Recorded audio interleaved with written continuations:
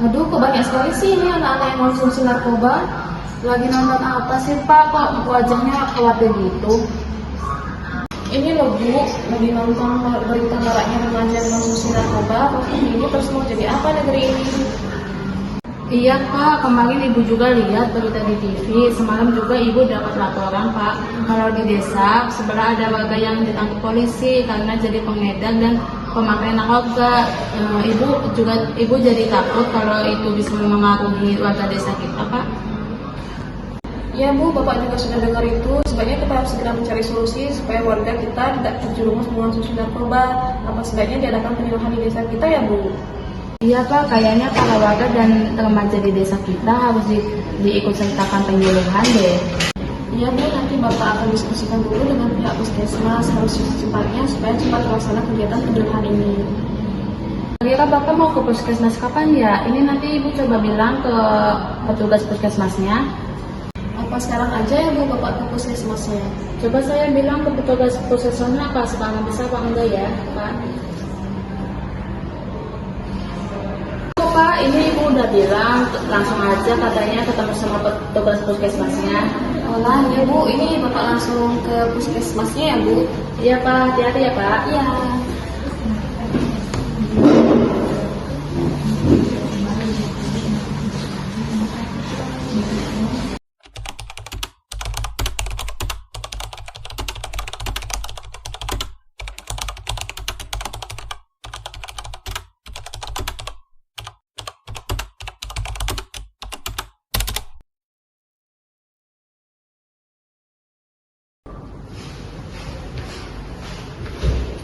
Permisi Bu, selamat pagi. Ya, selamat pagi Bapak, ada yang bisa dibantu? Saya Bondan, Ketua RW 05. Saya ingin bertemu dengan salah satu petugas puskesmas untuk membahas terkait penyuluhan tentang bahaya narkoba. Saya harus berbicara ke siapa ya Bu? Oh iya Pak Bondan, perkenalkan Bapak, saya Caca, salah satu petugas puskesmas. Bisa dengan saya Bapak? Oh baik, jadi begini Bu Caca, saya berniat untuk memberikan penyuluhan terkait bahayanya nafsa untuk warga di desa saya. Apakah bisa dibantu dengan mengirimkan petugas puskesmas untuk memberikan penyuluhan? Oh bisa Bapak, kebetulan di puskesmas kami memang ingin mengadakan penyuluhan terkait bahaya nafsa di desa-desa di sekitar sini. Mungkin nanti kami akan mengirimkan tim dari mahasiswa yang sedang melakukan program magang di puskesmas kami. Apakah Bapak berkenan Pak? Nggak apa-apa Bu, untuk waktunya kapan ya Bu? Lusa, apakah Bapak berkenan? Ya, berkenan Bu. Baik, jika Bapak berkenan, kami akan mengusahakan mungkin sekitar pukul 9 sampai 10. Ya Bu, nanti saya infokan tempatnya ya Bu. Terima kasih Bu Caca. Sama-sama Bapak.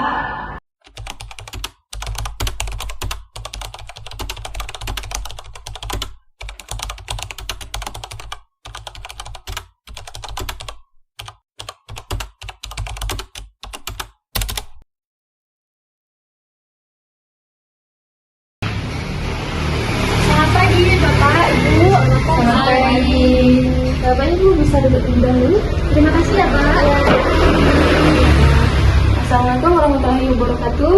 Waalaikumsalam warahmatullahi wabarakatuh. Ya, selamat pagi ya semuanya. Terima kasih telah meluangkan waktu untuk penyuluhan kita pagi hari ini. Di sini saya ditemani oleh ibu-ibu dari puskesmas yang akan memberikan materi tentang penyalahgunaan nafsa. Seperti yang kita ketahui, akhir-akhir ini kasus penyalahgunaan nafsa di kalangan anak remaja semakin meningkat. Jadi semoga penyuluhan hari ini bisa meningkatkan pengetahuan kita mengenai penyalahgunaan nafsa. Terima kasih untuk Bapak Bondan. Lalu selamat pagi untuk Bapak, Ibu, dan adik-adik sekalian.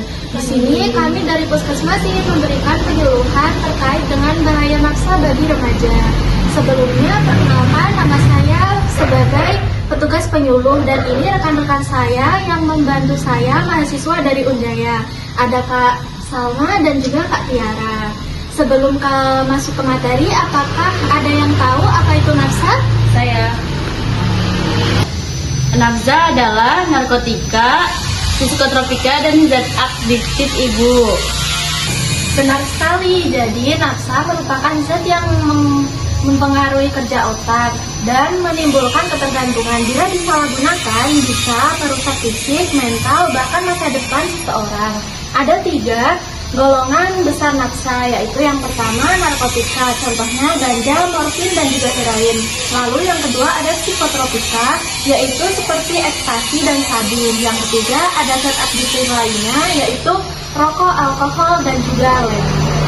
Selain merusak tubuh, nafsa juga bisa menyebabkan gangguan kejiwaan seperti depresi, halusinasi, bahkan perilaku agresif.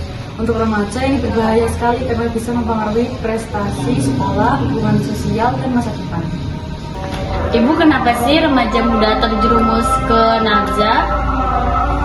Pertanyaan yang bagus, biasanya karena rasa ingin tahu yang tinggi, pengaruh teman sebaya, kurangnya pengawasan orang tua, dan stres atau masalah pribadi. Itulah kenapa penting bagi keluarga dan lingkungan untuk memberikan perhatian dan komunikasi yang baik kepada remaja.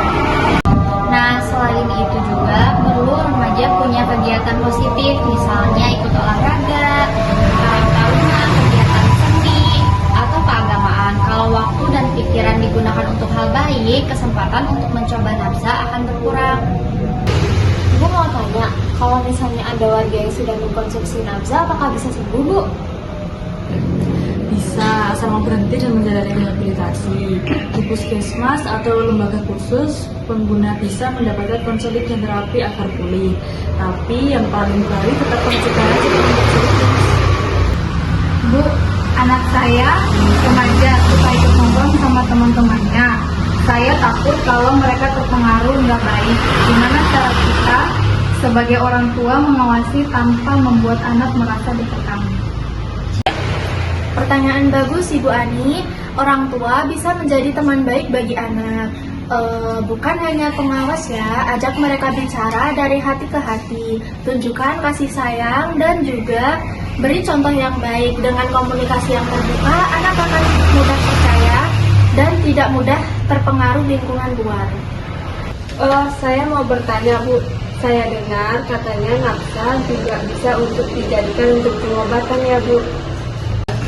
Jadi gimana, Bu, bedanya sama yang dilarang?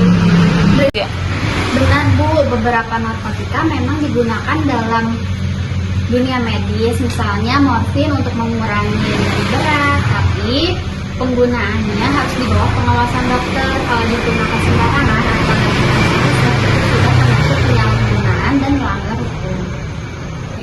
Ibu izin tanya, kalau misalnya udah ketagihan, apakah bisa sembuh total? Tentu bisa, tapi memang tidak mudah. Orang yang sudah kecanduan butuh rehabilitas medis dan sosial, juga dimulai dari keluarga. Yang penting jangan dijauhi, tapi diberi semangat untuk sembuh. Izin bertanya Ibu, saya pernah lihat di berita anak-anak sekarang ada yang pakai lem atau cairan membersih untuk mabuk. Itu juga termasuk nafsa ya Bu?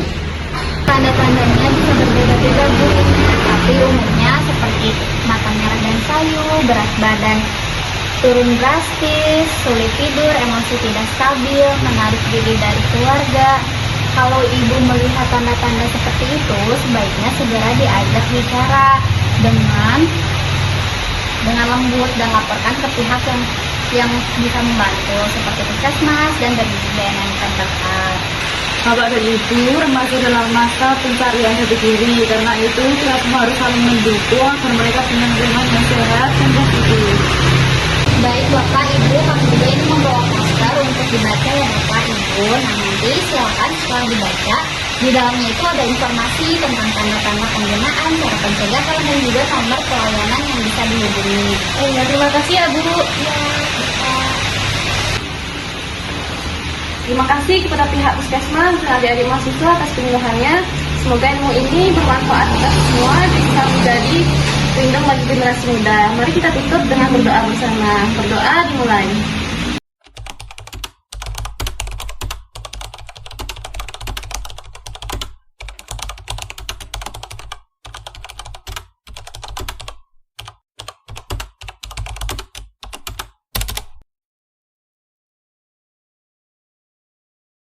Audio Jungle.